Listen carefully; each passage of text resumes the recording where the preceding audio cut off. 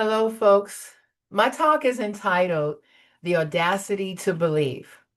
And I'm working with the Science of Mind text today. And I'm using the spiritual principle behind belief. What do you believe? What I know is that there's a power on the planet today, a power in the world, in our cities, our communities, and in our homes and in our lives. Not the power of personality, not the power of performance, not the power that comes from having the right words in the right order. I am talking about something older than that, something more elemental than that. I am talking about a power that rises when we gather in our consciousness, when human beings who are still in process, still in the becoming, still carrying their questions and their wounds and their hunger, when those people choose deliberately to come into one room in their mind and choose to face the light. That is the power. And it is here right now and in every space. It is the power that stirs when we dare to imagine more for our lives, not just more money, not just more comfort, though I will never tell you to settle for less, but more aliveness, more purpose, more of the fullness that the source intended when it thought us into being. It is the power that awakens fully and finally when we choose boldly, unapologetically, without apology and without permission from others to believe. Today we stand inside a theme that is both spiritual and revolutionary, the audacity to believe. Now, I need you to fill those two words together, audacity and believe, because they belong together. Belief without audacity becomes timid. It becomes polite. It stays in the safe lane and never asks for what it really wants. And audacity without belief becomes recklessness. It becomes noise. It goes loud and fast in no particular direction. But when you put them together, when you marry the boldness of audacity with the grounding of genuine spiritual belief, something extraordinary becomes possible. To believe when the world says, be realistic. To believe when your past says, stay small. To believe when your circumstances whisper, and they will whisper, beloved, not you. To believe when your spirit knows deeply, clearly, with a knowing that lives beyond language. Yes, you. That is not delusion. That is not spiritual bypass. That is not pretending the hard thing isn't hard. That is the most courageous act as a human being that you can perform. To look at every piece of evidence that says no and choose as an act of spiritual will to believe. Yes, that is what we are talking about today. That is the territory we're walking into together. So take a breath in this moment. Open your hands and let go of any preconceived notion of whatever you had about belief. And just allow yourself to hear these words. Allow your mind to expand and your heart to open. So, what does it mean to have the audacity to believe? Let me start by telling you what audacity is not. Audacity is not arrogant. Audacity is not the puffed up certainty of someone who has never been broken. It is not the bravado of someone who has never lost, never failed, never sat in the dark wondering if the light was real. Audacity is not arrogance. Audacity is not ego. Audacity is spiritual courage. Audacity is the soul remembering its source. It is that moment when something guides you, something deeper than your fear, something older than your wounds, something more persistent than your doubt, rises up and says, I will not shrink. I will not settle. I will not pretend that I did not come from something magnificent. That rising is not pride. That rising is recognition. It is the recognition of what you have always been that has always been beneath every story that's ever been told about you. Ernest Holmes, the founder of religious science, the man who thinking gave so many of us our spiritual vocabulary, says it plainly. There's a power for good in the universe, and you can use it.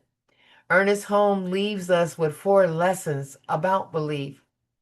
His lesson number 1 says, what is real is what you actually believe. Spiritual law does not respond to what you wish for or what you say you want. It responds to what you genuinely believe deep down.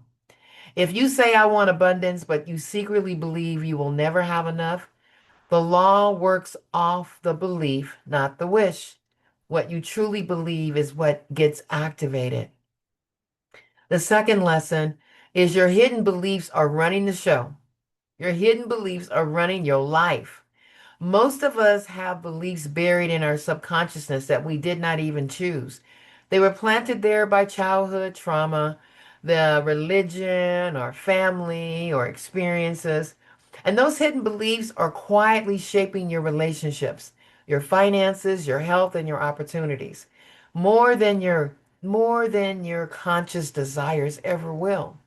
The work is learning to close the gap between what you say you want and what you actually believe you deserve. And lesson number 3, belief is the foundation of all healing. You cannot heal yourself beyond the level of belief. The healer's faith matters just as much as the patient. This is why environment, community, and the people you allow to speak into your life are so critical. Doubt in the room blocks the flow. Belief opens the door. And the final lesson, lesson number 4, you can only receive what you can first imagine. You will never outperform your inner belief system. Never. If you cannot picture it, feel it, and believe it, it is truly possible for you. You cannot demonstrate it in your outer world. Your mental equivalent, the inner image of what you believe you are worthy of, sets the ceiling on what you can receive. Raise the belief, raise the ceiling. Now I need you to hear what Ernest Holmes did not say. He did not say there's a power for good in the universe and the qualified can use it. He did not say and the healed can use it. He did not say and those who have their lives together, who have resolved their trauma, who have paid all their bills, who have figured everything out, they can use it. He said you can. Not maybe you, not you if you're worthy, not you if you've proven yourself. You can right now, as you are, with the doubt still in the room and the fear still in your chest and the questions still unanswered. The audacity to believe is the willingness, the radical, revolutionary willingness to take the infinite at its word.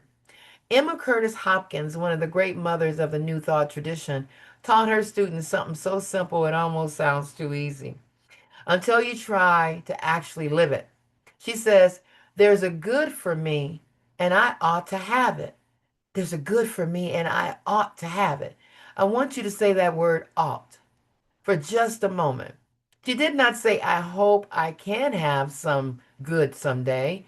She did not say, I wish things were different. She said, ought, as in it is right, it is proper, it is divinely ordained. It's not greed to believe you ought to have your good, it's alignment. It is your soul coming into agreement with the original intention of the universe regarding your life. To say I ought to have good is not to demand more than your share. It is to finally stop accepting less. Believing you deserve your good is not selfish. It is the end of the spiritual poverty that was never yours to carry in the first place. And then there's Florence Scovel Shinn, one of my personal sheroes of this tradition, who gave us a phrase I want you to carry out of this room today. Your word is your wand. Your word is your wand. Every time you open your mouth and speak a word of belief, you are casting a spell of divine order over your life. Every declaration of faith is an act of spiritual creation.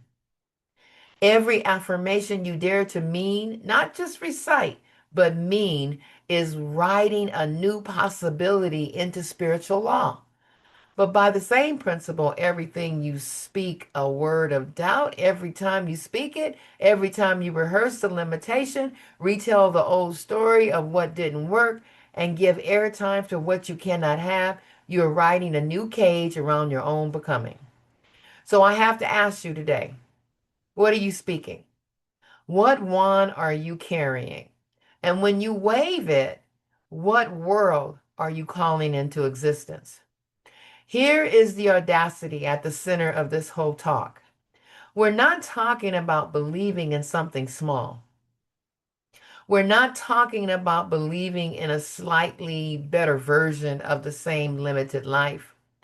We are talking about the outrageous, magnificent, world tilting belief that the infinite intelligence, the same power that formed the galaxies, that choreographed the movement of the stars, that holds the planets in their courses without a single one falling, that same infinite seeks to express itself through a vessel as specific, as human, as complicated, as beautiful, and yes, as wonderfully imperfect as you.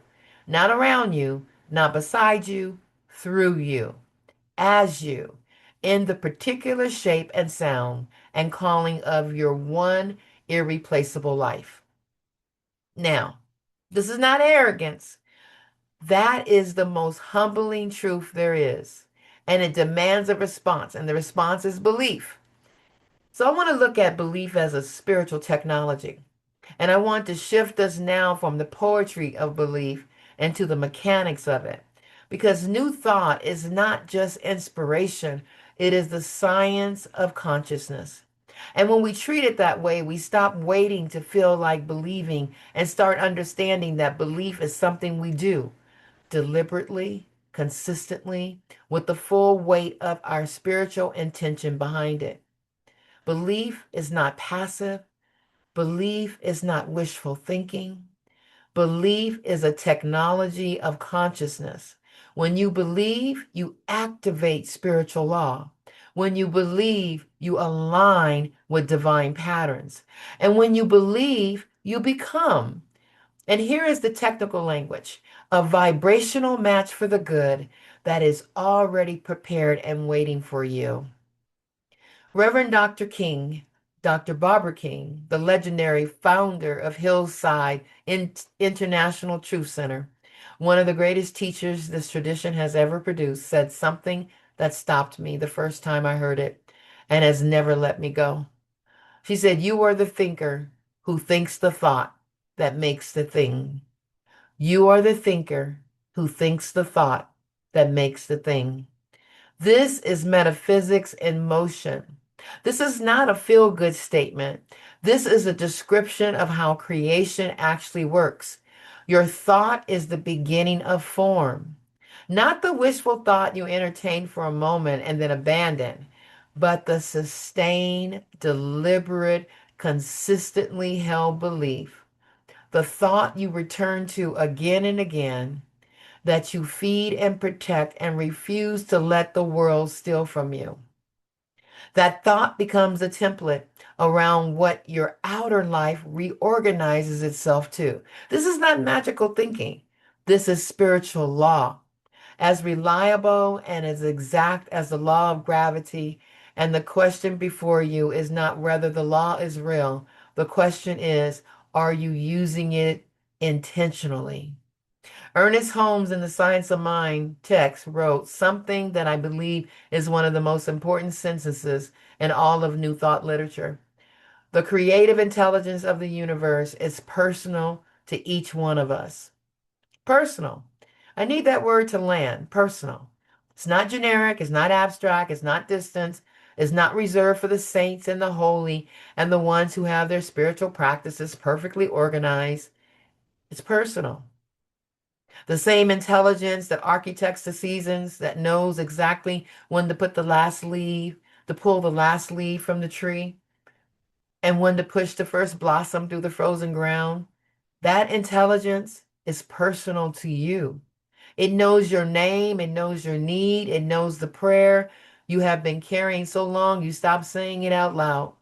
It knows the good you stopped asking for because you got tired of waiting. And even in your tiredness, even in your silence, it is always already moving towards your good. The only variable is whether you are moving towards it. Thomas Troyer, the British judge turned metaphysician whose work influenced nearly every New Thought teacher who came after him, gave us this foundational truth. Thought is the only action of your mind. By your thought, you create your environment. Thought is the only action of your mind. By your thought, you create your environment.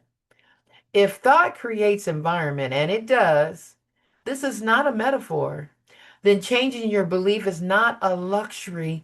It is not something you do when you have time, when things calm down, when you have you have processed all your old wounds and arrived at a place of perfect clarity. Changing your belief is a survival strategy. It is the most pragmatic, the most immediately practical thing you can do. The person who changes their thinking changes the world, not because the universe rearranges itself as a reward for their positive attitude, but because the person who believes differently moves differently. They ask different questions, they see different possibilities, and they walk through the same room and find the door that everyone else walked past. They become someone from whom a different life is not just possible, it is inevitable. Your belief is not just a feeling you carry on the inside, it is a spiritual frequency, a living signal that goes out ahead of you and begins to reorganize the conditions of your life around itself. Your belief is the first cause. Your circumstances are the effect.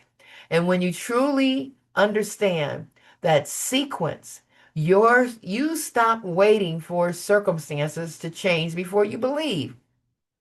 You understand that the belief must come first, always first. The believing is what calls the change forward. Sometimes there are barriers to belief. I get it. Now, you to take a breath here because we are in truth right now. We're standing in a place of spiritual truth. We don't talk past the hard things. We look at them directly. We name them because that is what sets people free. Belief is simple, but it's not always easy. There is someone in this room right now who has tried to believe before. And you went to a workshop, you bought the book, you wrote the affirmations on the mirror, you said the right words, you showed up at the right services, and you did the visualization, and then your life still looks the same. And the disappointment of that, the quiet heartbreak of having reached for something with everything you had and come back empty-handed, that disappointment has made believing against, made believing again feel dangerous. Like a territory you tried once and got hurt in and are not sure you can go back to. I see you. I'm not going to pretend that territory is not real.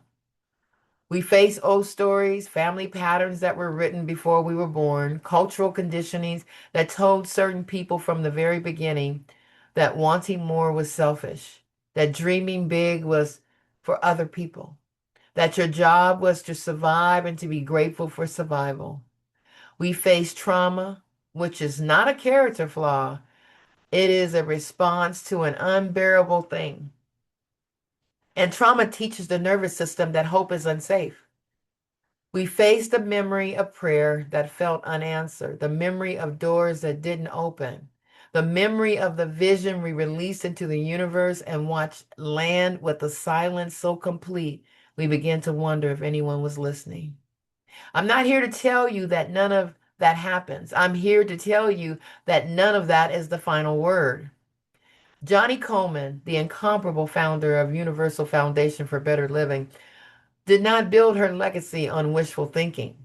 She built it on a decision. One decision made in the face of every contradiction when the doctors told her she had an incurable condition and that her life would be short. She went home and she chose deliberately against all available evidence. She believed that the principle that she was teaching and had been taught, she applied it to her own body. She healed. And then she spent the rest of her long life, very full, very powerful life, building a ministry that helped hundreds of thousands of people do the same thing for their lives. She said, God is the source of my supply. I am the thinker that creates my life. God is the source of my supply. I am the thinker that creates my life. Johnny Coleman is evidence. Her life is evidence that belief is not naive, belief is transformative. The barriers are real, but they're not permanent. They are made of thought, and thought can be changed. Charles Fillmore, co founder of Unity, said faith is the perceiving power of the mind linked with the power to shape substance.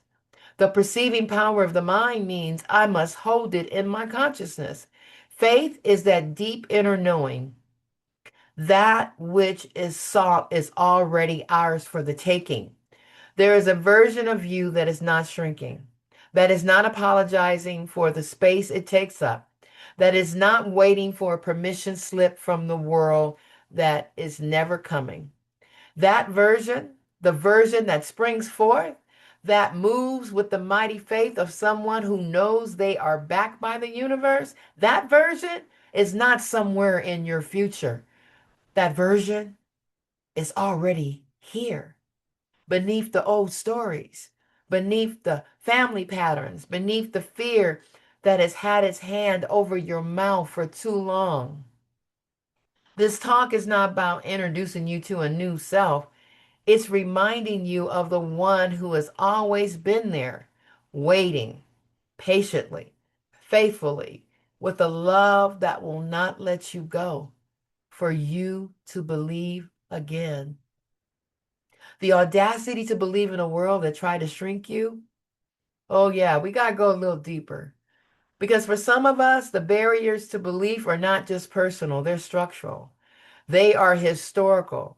They are written into systems that were designed to make certain people doubt themselves. And we cannot stand in the power of this teaching until we name the truth out loud. For Black and brown people, for marginalized people, for anyone who has been told their entire life that they are too much or not enough, belief is not just spiritual, belief is liberation. To believe in your wholeness is an act of resistance. To believe in your worthiness is an act of reclamation. To believe in your power is an act of freedom. Now, I am a Black woman standing in this tradition, and I will be honest with you. New Thought has not always centered people who look like me. The books on the shelves of this tradition were not always written by with my face in mind. But I'm here to tell you that the truth of this teaching belongs to all of us, not because I'm claiming something that wasn't offered, but because truth is not owned. Truth belongs to whoever is brave enough to live it. I have claimed this tradition. I have planted my flag in it. And I'm speaking it today through the particular, specific, irreplaceable lens of a woman who knows that her belief is not just personal liberation, it is the continuation of a long line of people who refuse to let the world's opinion of them become their own. Reverend Dr. Michael Beckwith, the visionary founder of Agape International Spiritual Center, said something that I have to return to again and again in my life. He says, pain pushes until vision pull. Pain pushes until vision pulls. For many of us, the audacity to believe was born in our best moments. It was not born in our best moments, it was born in our worst ones. It was born in the hospital room, in the foreclosure, in the ending that felt like annihilation, in the rejection that seemed to confirm every bad thing you ever feared about yourself. And when the pain become unbearable, that is exactly when vision finally had the room to enter. Because until then, you were still hoping things would stay the same. The pain cleared the field. The devastation made the space, and what rushed in to fill that space, if you let it, if you turned towards it rather than away, was vision. Your suffering was not the end of your story. It was the preparation for the chapter that was too large to fit in the life you were living before. Did you hear me? It was the preparation, that experience, that trauma, that health crisis was the preparation for the chapter that was too large to fit in the life you were living before. Ayala Van Zandt, whose work has been a balm to millions of people who needed someone to tell them the truth lovingly, once wrote, "You're not a mistake. You're not a problem to solve. But you won't discover this until you are willing to stop banging your head against the wall of shaming and caging and fearing yourself.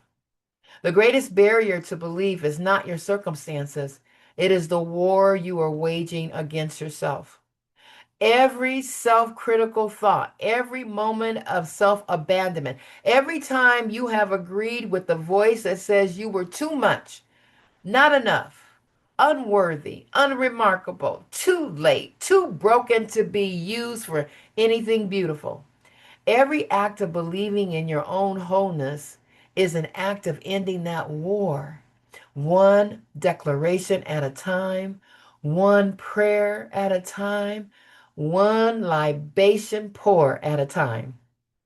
So I'm going to ask you to do something. I'm going to ask you to say these words out loud.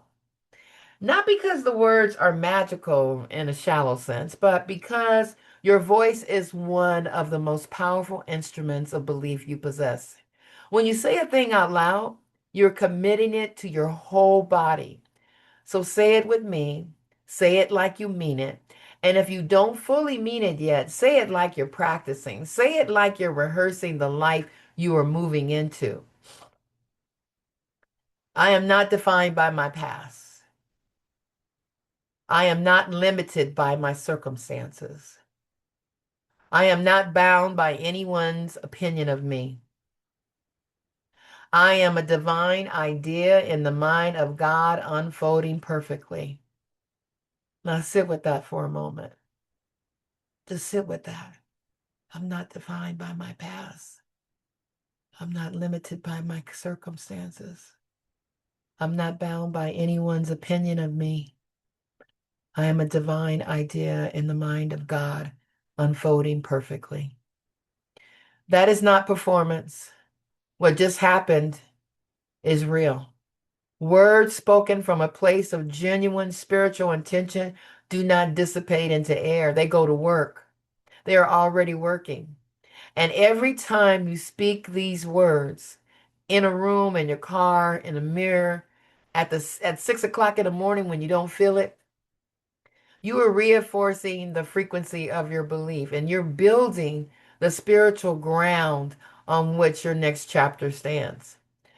So, what happens when you dare to believe? I want to tell you what the world looks like on the other side of the decision to believe. Not in some abstract way, someday, maybe if everything goes right, since right now, in the actual daily texture of a life that has said yes to belief.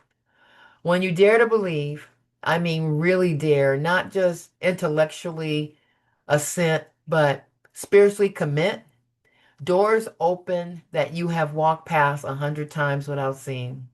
Ideas begin to flow with a fluency that surprises you because they were always available, but belief is what made you receptive to them.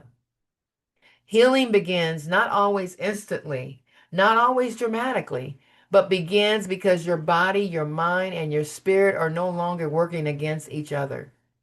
Relationships shift as you shift because you are no longer carrying the frequency of lack and limitation into every room. Opportunities appear not from nowhere, but from everywhere because you have finally stopped filtering the world through the lens of what you cannot have. Courage rises and vision expands. And you begin slowly and then all at once to recognize the life you have always been meant to live taking shape around you. Belief is a soil in which miracles grow. Belief is the frequency that calls your good forward. Belief is a spiritual permission slip that says, I am ready. Myrtle Fillmore, the remarkable co-founder of Unity who heals herself of tuberculosis through the application of these very principles, said something I want to plant in you today. She said, I have life, I am life, I will. I have life, I am life, I will life. There's a difference between having a life and being alive. We are all here breathing, moving through the world, but how many of us are feeling alive, fully alive? Belief is what makes us alive in the truest, deepest, most spiritual sense. Not alive like a body in motion, but alive like a soul on fire. The fully believing person walks into a room and something shifts, not because of what they said, not because of what they did, but because of what they carry. When they carry, or what they carry, is the living conviction that the infinite is for them and not against them. And that conviction changes the atmosphere. Now, what does it mean to be ready in new thought terms? Because we often make readiness a condition. And I believe sometimes I believe that when things look better, I step forward. When I feel more prepared, I ask for what I want when I've earned it. But that is backwards. In the science of consciousness, readiness is not a condition you wait to arrive in. Readiness is a declaration you make. You do not wait until the circumstances are perfect to believe. You believe first with everything you have in whatever imperfect form your believing takes today. And the circumstances reorganize themselves around your belief. Readiness is not an assessment, it is a choice, and you can choose it right now. So here's a practice for strengthening belief. I want to give you something practical that you can put in your spiritual um, toolbox, something that will work not just on Sundays in the glow of this moment, but on Tuesday when the email comes, and on Thursday when the bank account doesn't match the vision, and on the ordinary mornings when nothing is wrong, but nothing is moving, and you wonder if you're kidding yourself. Here's a 4-step practical practice for strengthening belief, not as a formula, but as a daily spiritual discipline. Step one. Name the desire. What is the good you are calling into your life? Not vaguely, not I want things to be better, specifically with details, with the kind of clarity that means you have actually sat down and decided what you want rather than just hoping for something different. The infinite is not confused by specificity. It is activated by it. Write it down. Say it out loud to yourself. Let it be real in your mouth before it is real in your life. Because if you cannot say it, you're not fully committed to it.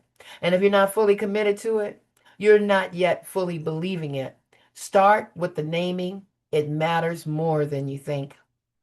Step two, name the fear. What story tries to block your good? What old narrative rises up the moment you dare to name the desire? Name the fear. Not to give it power. You're not feeding it by looking at it. You are finally seeing it clearly. Name it. I am afraid I'm not capable. I am afraid I don't deserve this. I am afraid that wanting this makes me selfish. I am afraid of being disappointed again. Name it. Write it down if you need to. Because what you can name, you can address. What you leave unnamed runs you from the dark. Shadows have power only in the darkness. Bring it into the light of your own conscious awareness, and you take back the authority that fear has been holding. Number three, replace the story with truth. Every fear has an antidote in divine law. Speak the spiritual principle that dissolves the lie. Fear of lack. I am supplied by a source that cannot run dry. Fear of failure. I am guided by an intelligence that does not make mistakes. Fear of unworthiness. I am a divine idea, and divine ideas are always worthy of full expression. Fear of being too late. Divine timing is perfect, and I am exactly where I need to be. Do not just repeat these words, breathe into them. Let them displace the fear rather than simply cover it up. Truth does not argue with fear, it renders it irrelevant. Step four, act as if. This is where the believing becomes embodied. Move today the way the future version of you would move. Make the decision she would make. Dress like her, speak like her, sit at the table like someone who belongs there because you do. This is not pretending. This is the most sophisticated thing you can do. You are choosing to operate from the identity of your becoming rather than the identity of your past. You are closing the gap with your actual behavior between where you are and where you are going. This is how belief becomes flesh. This is how the word becomes your world. Act as if and watch the as if become simply as is. So here's my call to action. We're coming to this place where I want to be very clear with you. This is a commissioning. You did not come here today simply to be inspired and then go back to the same old life. You came here because something in you knew it was time. Time to stop waiting, time to stop postponing, time to stop living on the margins of life that have had your name on it all along. Today, not next week, not when things calm down, not when you have processed all of it. Today, I am inviting you to walk with a new posture, a new confidence, a new spiritual boldness that does not come from having everything figured out, but from having made a decision about who you are and whose you are. Walk as someone who knows they are backed by the infinite in your healing because your body knows how to return to wholeness. And the intelligence that created you has never stopped working towards your restoration. In your abundance because you were not created to scrape, to scrimp, to apologize for needing what you need. In your purpose because the world is waiting on the particular gift that only you carry. And every day you withhold it is a day that the world goes without something it needs. So in your joy, become joy because of joy. It's not a reward for good behavior. Joy is your natural state of the soul that has come home to itself in your calling because the call that is on your life does not come from you and it will not be satisfied by anything less than the fullest expression of the you that you were always designed to become. Ernest Holmes, as his final word to us, says, give us this. Begin to act as if your prayers were answered, and for this is the most powerful treatment of all. Begin to act as if your prayers were answered, for this is the most powerful treatment of all. The audacity to believe is not ultimately about feeling certain. It may never feel perfectly certain. Certainty is a luxury that most of us cannot afford to wait for. The audacity to believe is about acting anyway. It is about speaking as if, moving as if, dressing as if, planning as if, loving as if, giving as if, living as if the good you have declared is already done. Because in the realm of spiritual law, it is. Your prayer has been heard before it was spoken. Your good has been prepared before it was requested. The infinite, which has never once failed the creation it loves, will meet you exactly where your belief plants you. Not a moment before, where your belief plants you. Not a moment after, exactly there. So plant yourself in belief. Plant yourself there deeply, boldly, unapologetically, with every ounce of audacity you possess, and watch what grows. And I'll end my talk with a parable that I wrote. And I wrote this to remind me that belief is the foundation to manifesting my dreams. And my parable is called The Lighthouse Keeper. There was once a lighthouse keeper who lived on the edge of the sea.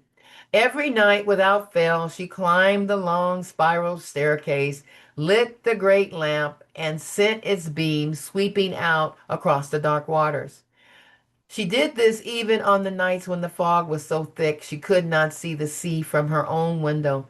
She did this even on the nights when the storms shook the tower walls and the wind made the glass shudder. She did this even on the nights when she had heard nothing, no horn, no signal, no sign that any ship was out there at all. People would ask her, "How do you know anyone can see your light? How do you know it's making a difference?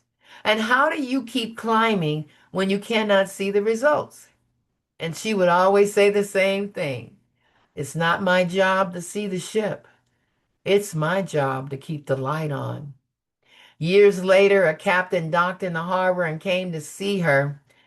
And he told her, he said, about a night that his vessel lost its compass in a storm so violent his crew had given up hope. He told her about the moment. It was small, it was steady, impossibly faithful, when a beam of light appeared in the darkness and brought his ship safely home. She had never known about that ship. She had never seen that storm. She had no evidence, no confirmation, no proof. She had only kept the light on. So, folks, your belief is the light. You do not always get to see your ship. You do not always get confirmation. You do not always receive the signal that what you are trusting, tending, and believing is working. But the question the universe is asking you today is not, can you see the results? The question is, will you keep the light on? Will you keep believing when the fog rolls in? Will you keep trusting when the storm shakes the walls? Will you keep your consciousness lit even on the nights when you cannot see a single reason to keep climbing? Because somewhere out on the water, there is a ship that needs your light. There is a version of your own life navigating darkness right now that is counting on you to believe your thoughts, to believe your way through. Keep the light on, folks. I say, keep the light on. And I end this message in prayer.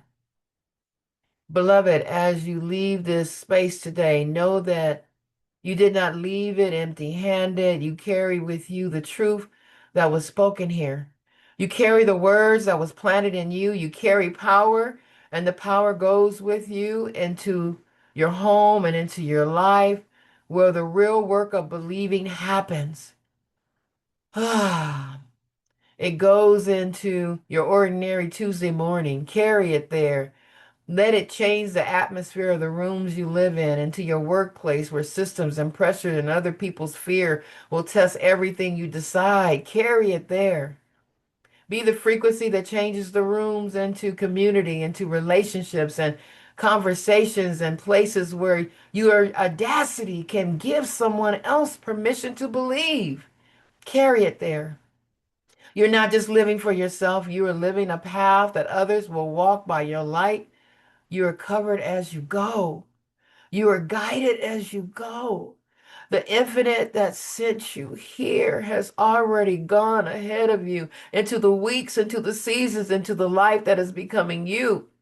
You're not here by accident. You are here by divine appointment.